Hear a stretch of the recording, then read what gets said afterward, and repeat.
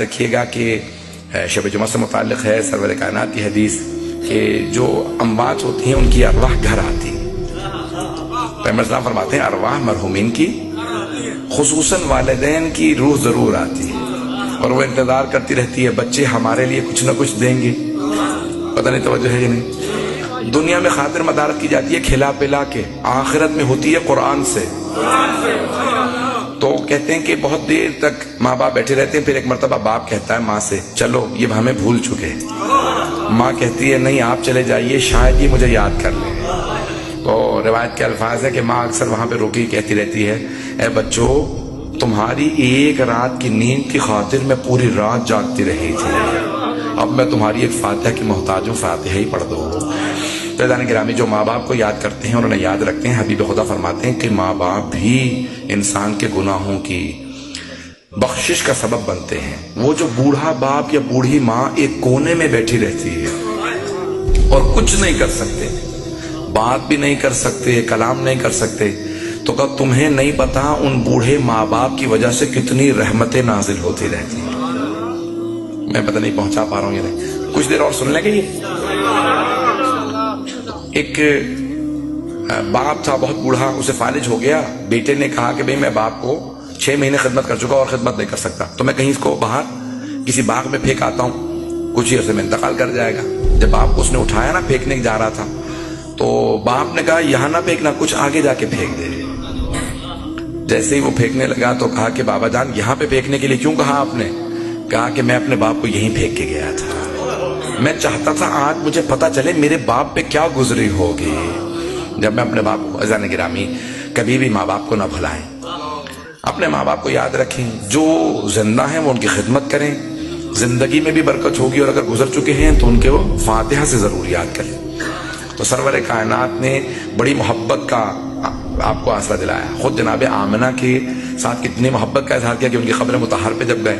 ایک اور جملہ پیش کر دوں، یہاں تک روایت ہے کہ جناب امیر نے بغیر امامے بغیر نالین کے آئے جناب سرور کائنات کی بارگاہ میں، آنکھوں سے آنسو بہہ رہے ہیں کہ یا علی یہ کیا حالت بنا رکھی ہے.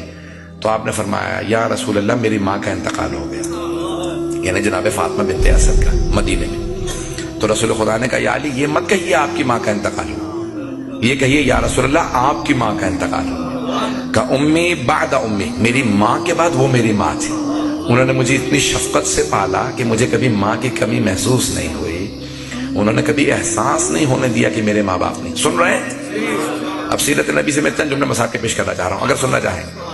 میں نے وعدہ کیا تھا میں کل مسائل پڑھوں گا. عزیزان گرامی جناب امیر نے کہا یا رسول اللہ میری ماں کا انتقال ہو گیا. رسول خدا نے کہا میں خود جاؤں گا. ایک مرتبہ خواتین سے کہا جو غسل و کفن کر رہی ہیں میری ابا میں دے رہا ہوں، میری چچی کو میری ابا کا کفن دے دینا. کہ جب کفن دیا گیا تو رسول خدا کی ابا اڑھائی گئی. رسول خدا نے خود جناب فاطمہ بنت اسد کے جنازے میں 70 تکبیرات پڑھی. 5 واجب ہیں، وسائل الشیعہ کی روایت ہے، شیخ حر عاملی نے لکھا. رسول خدا منافقین کی 4 پڑھتے تھے تکبیرات، مؤمنین کی 5 پڑھتے تھے. جناب جعفر طیار کی 40 تکبیرات پڑھی، جناب حمزہ سید الشہداء کی اور جناب فاطمہ بنت اسد کی 70 تکبیرات پڑھی. وسائل الشیعہ میں شیخ حر عاملی نے لکھا کہ 70 تکبیرات پڑھی اور روتے جاتے تھے کہ پروردگارا میری ماں اٹھ گئی. بڑی محبت کا اظہار کر رہے ہیں. صحابہ دیکھ رہے ہیں کہ پیغمبر اسلام میں بھی مصائب پہ نہیں آیا، اس سے پہلے کہ میں مصائب کو پڑھوں خاص طور سے جملے سن لیجیے گا. پیغمبر اسلام آئے، مدینے میں آئے، اور آنے کے بعد آپ کو آج معلوم ہے نا کہ جہاں ائمہ بقی کی قبور ہیں وہاں پہ سرحانے جناب فاطمہ بنت اسد کی قبر ہے. تو اب جناب امیر کی بات ہوگا کہ یا علی میں خود قبر میں اتروں گا.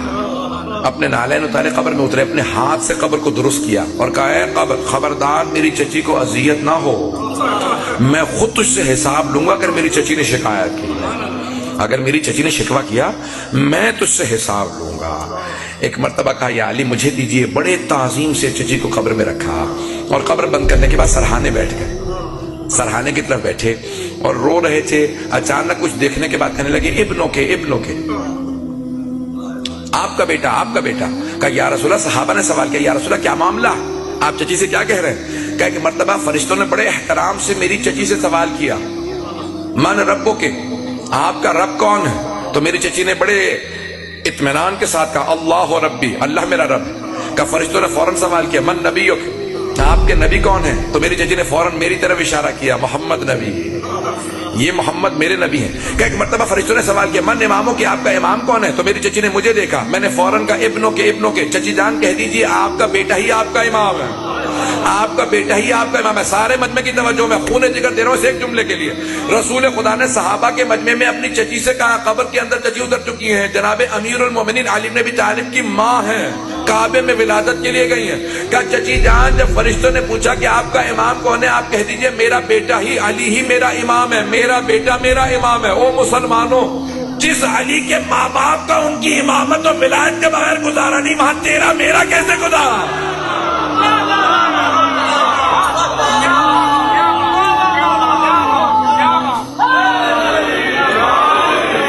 مجھے نہیں معلوم بات پہنچی ہے نہیں پہنچی۔ یہ آیت اللہ ابتہی جب لندن آئے تھے تو انہوں نے مجھے پیش کیا تھا۔ ایسے بہت سے مطالب ہیں جو حیدان گرامین پہ شبہ نہیں کیا جا سکتا کہ جب جناب امیر المؤمنین کی والدہ کا وہ مقام کہ سرور کائنات نے ان کی تعظیم سے متعلق کیا کچھ 70 تکبیرات پڑھی ہو، اور اس میں بھی فرماتے ہیں کہ جناب امیر علیہ السلام کے بغیر حیدان گرامی آئے ذرا میرے ساتھ۔